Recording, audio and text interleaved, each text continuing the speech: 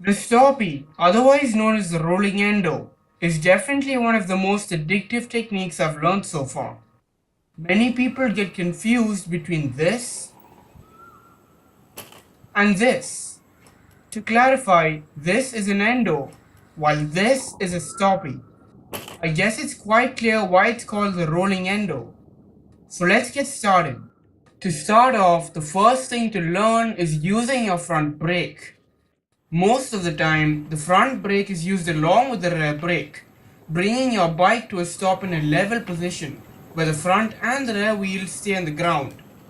So how do you turn a level stop into a stoppie without losing all your speed in a second, aka an endo?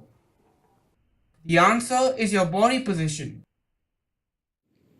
So this time, try standing up, leaning forwards, and applying slightly less force on your brake lever. See what happens? The reason for this is that your body weight gets thrown to the front and over the bars, but the lower brake force prevents you from flying out the front door. Obviously, standing up is one of the biggest factors in a good stoppie, so practice this as well. It's a higher ratio of body weight and a lower braking ratio that triggers and even lengthens a stoppie. In English though, it's the forward lean that makes your stoppie longer. Yes, braking is important too, but should be done at a level which not only helps initiate the stoppie, but also maintains it. So the further forward you lean, the less you need to rely on your brakes. And that's it. The same way, if my videos were stoppies, your comments would be the forward lean. You know what I mean.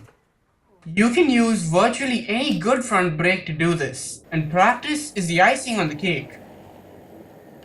So go to your local park and try this. It seemed plain and boring to me until I tried it a few times and got addicted. In fact, I seem to do it whenever I stop now. I surely don't want to come over to your house and answer your questions, so why not ask me those in the comment section below instead? Or maybe I might come to your house, who knows? But as always, thank you for joining me on yet another ride, and I'll see you on the next one.